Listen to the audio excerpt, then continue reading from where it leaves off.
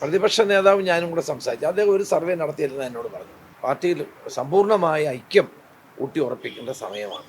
അൻവറുടെ കത്ത് എനിക്കും ലഭിച്ചു, എല്ലാവർക്കും കൊടുത്ത കത്തിൻ്റെ എനിക്കും ഒരു കത്ത് ലഭിച്ചു. പാർലമെന്ററി കാര്യ മന്ത്രിക്ക് ഇതിനെപ്പറ്റിയൊന്നും ധാരണയില്ലേ?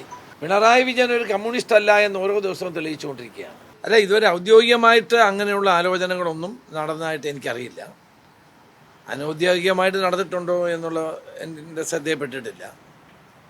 പാർട്ടി ഇന്ന് ഏറ്റവും കൂടുതൽ ഒന്നിച്ചു പോകേണ്ട ഒരു സന്ദർഭമാണ്. പഞ്ചായത്ത് തെരഞ്ഞെടുപ്പ് വരുന്നു, അത് കഴിഞ്ഞാൽ നിയമസഭാ തെരഞ്ഞെടുപ്പ് വരും.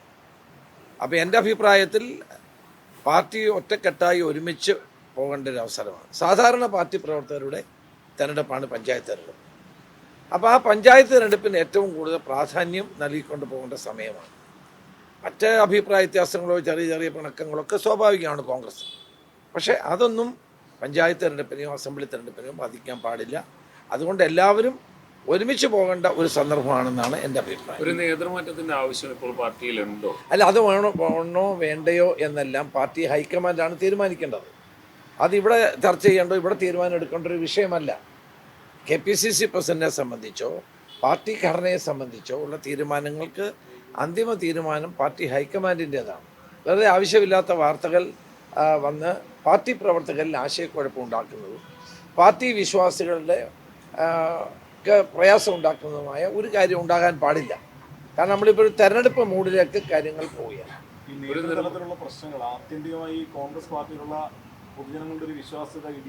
അല്ല, അതുകൊണ്ടാണ് പറഞ്ഞത് ഇനിയിപ്പോൾ തെരഞ്ഞെടുപ്പിലേക്ക് കടക്കാൻ പോകുന്ന സന്ദർഭമാണ്. അതുകൊണ്ട് എല്ലാവരും ഒരുമിച്ച് നിന്ന് പ്രവർത്തിക്കണം എന്നുള്ളതാണ് എൻ്റെ അഭിപ്രായം. ഒപ്പം തന്നെ ഈ ഇതുമായിട്ട് ബന്ധപ്പെട്ടുകൊണ്ട് വല്ല സർവേകളൊക്കെ വല്ലതും നമ്മൾ ഏർപ്പെടുത്തിയിട്ടുണ്ട്? അങ്ങനെ വല്ല സർവേകളോ വല്ലതും നടക്കുന്നുണ്ടോ? ഒരു 63 സീറ്റിൻ്റെ കാര്യമൊക്കെ പറഞ്ഞിരുന്നു. അതൊക്കെ അങ്ങനെയല്ല. സർവേ പ്രതിപക്ഷ നേതാവ് ഞാനും കൂടെ സംസാരിച്ചു. അദ്ദേഹം ഒരു സർവേ നടത്തിയിരുന്ന എന്നോട് പറഞ്ഞു.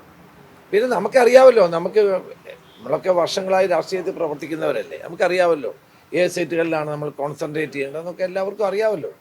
അപ്പോൾ അതുകൊണ്ട് അത്തരം വാർത്തകൾ ശരിയല്ലെന്നാണ് എൻ്റെ അഭിപ്രായം. അല്ല, അത് തീർച്ചയായിട്ടും നമ്മളെല്ലാവരും ഒരുമിച്ച് പോകേണ്ട സമയമാണ്. പാർട്ടിയിൽ സമ്പൂർണ്ണമായ ഐക്യം ഊട്ടി ഉറപ്പിക്കേണ്ട സമയമാണ്. അതിനെ സംബന്ധിച്ച് ഒരു ആലോചനയും ഇതുവരെ ഉണ്ടായിട്ടില്ല. അൻവറുടെ കത്ത് എനിക്കും ലഭിച്ചു, എല്ലാവർക്കും കൊടുത്ത കത്തിൻ്റെ എനിക്കും ഒരു കത്ത് ലഭിച്ചു. പക്ഷേ UDF അതിനുശേഷം കൂടിയിട്ടില്ല, അതിനൊരു ചർച്ച ഉണ്ടായിട്ടില്ല. വിഷയത്തിൽ സർക്കാർ വീണ്ടും ഞാൻ ഇന്ന് അവിടെ സന്ദർശിക്കുന്നുണ്ട്. പുൽപ്പള്ളി ഞാൻ പോകുന്നുണ്ട്. വാസ്തവത്തിൽ ഇത് ഗവൺമെൻറ് ചെയ്യുന്ന കർഷകരോടും സാധാരണ ജനങ്ങളോടും ചെയ്യുന്ന ഏറ്റവും വലിയ ക്രൂരതയാണ്. ഇവിടെ ഇൻവെസ്റ്റ്മെൻറ്റിൻ്റെ പേരിൽ കേരളത്തിൻ്റെ മുഖ്യമന്ത്രി എടുത്തിരിക്കുന്ന നിലപാട് വളരെ തെറ്റാണ്. ഇപ്പോഴാണ് അച്യുതാനന്ദൻ്റെ പ്രാധാന്യം ആളുകൾക്ക് മനസ്സിലാവുന്നത്. കൊക്കക്കോളയ്ക്കെതിരെ സമരം നടത്തിയ അച്യുതാനന്ദൻ എടുത്ത നിലപാടുകളുടെ പറ്റി ആളുകൾ ആലോചിക്കുന്ന ഇപ്പോഴാണ്. അപ്പോൾ അതുകൊണ്ട് ഇത്തരം കുടിവെള്ളം കിട്ടാതെ കഷ്ടപ്പെടുന്ന ഒരു ജനതയാണ് അവിടെ ഉള്ളത്. മഴനിഴൽ പ്രദേശമാണ്. അവിടെ കുടിവെള്ളത്തിന് വേണ്ടി പ്രയാസപ്പെടുന്ന ജനങ്ങളുടെ മുമ്പിലാണ് ഈ ഒരു എല്ലാ വിധത്തിലുമുള്ള മദ്യനിർമ്മാണങ്ങൾ ആരംഭിക്കാൻ വേണ്ടി ഇപ്പോൾ ഗവൺമെൻറ് അനുവാദം കൊടുത്തിട്ടുണ്ട്. അത് വലിയ തെറ്റായിരിക്കും. തന്നെയല്ല, ഇന്നലെ രാജേഷ് മന്ത്രി ഒരു കാര്യം, ഞങ്ങൾ അടിയന്തര പ്രമേയം കൊണ്ടുവന്നില്ല. അദ്ദേഹം പാർലമെൻ്ററി കാര്യ മന്ത്രിയല്ലേ, അദ്ദേഹത്തിന് ചട്ടങ്ങളും നിയമങ്ങളും അറിയേണ്ട ആളല്ലേ. അഴിമതി ആരോപണമോ ഞങ്ങളെ അടിയന്തര പ്രമേയമായി കൊന്ന അപ്പം തന്നെ സ്പീക്കർ അത് നിഷേധിക്കും. കാരണം അടിയന്തര പ്രമേയത്തിൽ അങ്ങനെ അഴിമതി ആരോപണം ഉന്നയിക്കാൻ കഴിയില്ല. അതുകൊണ്ടാണ് അദ്ദേഹം എന്തുകൊണ്ടാണ് ആവർത്തിച്ച് ചോദിക്കുകയാണ്, പാർലമെൻ്ററി കാര്യ മന്ത്രിക്ക് ഇതിനെപ്പറ്റിയൊന്നും ധാരണയില്ലേ? ധാരണ ഉണ്ടാകണ്ടേ? അപ്പോൾ അതുകൊണ്ട് അവിടെ നടക്കുന്ന സമരം പ്ലാച്ചിമര സമരം പോലെ തന്നെ ഒരു സമരമാണ്. ഇന്ന് പാലക്കാട് DCC ആഭിമുഖ്യത്തിലാണ് വൈകുന്നേരം പരിപാടി. ഞാനതിൽ പങ്കെടുക്കുന്നുണ്ട്. 100% പിണറായി വിജയൻ ഒരു കമ്മ്യൂണിസ്റ്റ് അല്ല എന്ന് ഓരോ ദിവസവും തെളിയിച്ചുകൊണ്ടിരിക്കുകയാണ്. ചങ്ങാത്ത മുതലാളിത്തത്തിൻ്റെ ഭാഗമാണ്.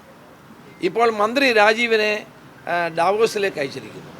പണ്ട് ഡാവോസിൽ ലോക ഉച്ചകോടി ഉമ്മൻചാണ്ടി പോയപ്പോൾ എന്ത് വിമർശനം നടത്തിയ ആളുകളാണ്. ഡാവോസിലെ ഉച്ചകോടി ഉമ്മൻചാണ്ടി പോയപ്പോൾ അതോടെത്താണ് ഉമ്മൻചാണ്ടിക്ക് അപകടം ഉണ്ടാകുന്നത്. എന്തെല്ലാം വിമർശനങ്ങളാണ് ഇവർ നടത്തിയത്. അന്ന് MA ബേബിയുടെയും പ്രകാശ് കാരാട്ടിൻ്റെയും ഒക്കെ നേതൃത്വത്തിൽ ബോംബെയിൽ അതിന് ബദലായി ഒരു സമ്മേളനം വിളിച്ചു കൂട്ടിയത് ഞാൻ ഓർക്കുകയാണ്. ഇപ്പോൾ എവരുടെയൊക്കെ കാപട്യം ജനങ്ങൾ തിരിച്ചറിയുകയാണ്. മന്ത്രി രാജീവ് ഡാവോസിൽ പോയിരിക്കുകയാണ്. പാർട്ടിയിൽ ആലോചിച്ചിട്ടാണോ എന്ന് എനിക്കറിയില്ല. ഏതായാലും അന്നെടുത്ത നിലപാടും ഇന്നെടുത്ത നിലപാടും തമ്മിൽ വളരെ വിചിത്രമായിരിക്കുന്നു എന്നാണ് എനിക്ക് പറയാനുള്ളത്. റൂറൽ വിഷയം സമരം, അതായത് ആ പദ്ധതി പിൻവലിച്ചെന്ന് സർക്കാർ പറയുന്നവരെ സമരവുമായി കോൺഗ്രസ് അല്ല, അവിടെ അത് ആലോചിച്ചുകൊണ്ടിരിക്കുകയാണ്. ഇന്നിപ്പോൾ ഏതായാലും ഇവിടെ DCCയുടെ പ്രക്ഷോഭമാണ്. അവിടെ ശക്തമായ ജനങ്ങൾ മുഴുവൻ ആ പദ്ധതിക്കെതിരാണ്, പഞ്ചായത്തെതിരാണ്. പഞ്ചായത്തിന് അനുവാദം വാങ്ങിച്ചിട്ടില്ല, അല്ലെങ്കിൽ പഞ്ചായത്തിനോട് ചോദിച്ചിട്ടില്ല. മഴനിഴൽ പ്രദേശമാണ് അവിടെ. എന്നെ അത്ഭുതപ്പെട്ടത് വൈദ്യുതി മന്ത്രി കൃഷ്ണൻകുട്ടിയുടെ അഭിപ്രായമാണ്. ഇങ്ങനെയൊക്കെ ആളുകൾ പെട്ടെന്ന് നിറം മാറുമോ? പ്ലാച്ചിമട സമരത്തിന് മുന്നിൽ നിന്ന കൃഷ്ണൻകുട്ടി ഇപ്പം ഇവിടെ ജലക്ഷാമം ഇല്ല എന്നാണ് പറയുന്നത്. ഇതൊക്കെ വളരെ ദൗർഭാഗ്യകരമായ സംഭവങ്ങളാണ്. ജനങ്ങൾക്ക് വേണ്ടി ഈ പോരാട്ടവുമായി ഞങ്ങൾ മുന്നോട്ട്. ഈ കൂത്താട്ടുകളും തട്ടിക്കൊണ്ടുപോലുമായി ബന്ധപ്പെട്ട് കൂടുതൽ അറസ്റ്റിലേക്കൊന്നും പോലീസ് പോയിട്ടില്ല. അത് ഏറെക്കുറെ നിശ്ചലമായ ഒരു അവസ്ഥയിലാണ്. കോൺഗ്രസ് എങ്ങനെയാണ്? അത് തീർച്ചയായിട്ടും CPM-കാരായതുകൊണ്ട് അവരെ അറസ്റ്റ് ചെയ്യത്തില്ല, അന്വേഷണം നടക്കത്തില്ല. പോലീസിൻ്റെ പ്രവർത്തനം വളരെ വിചിത്രമാണ് ഈ കാര്യത്തിൽ. ഏതായാലും ഇവിടെ മാർക്സിസ്റ്റുകാരല്ലാത്ത ആളുകൾക്കാർക്കും പോലീസിൽ നിന്ന് നീതി കിട്ടില്ല എന്ന് ഓരോ സംഭവങ്ങളും തെളിയിക്കും.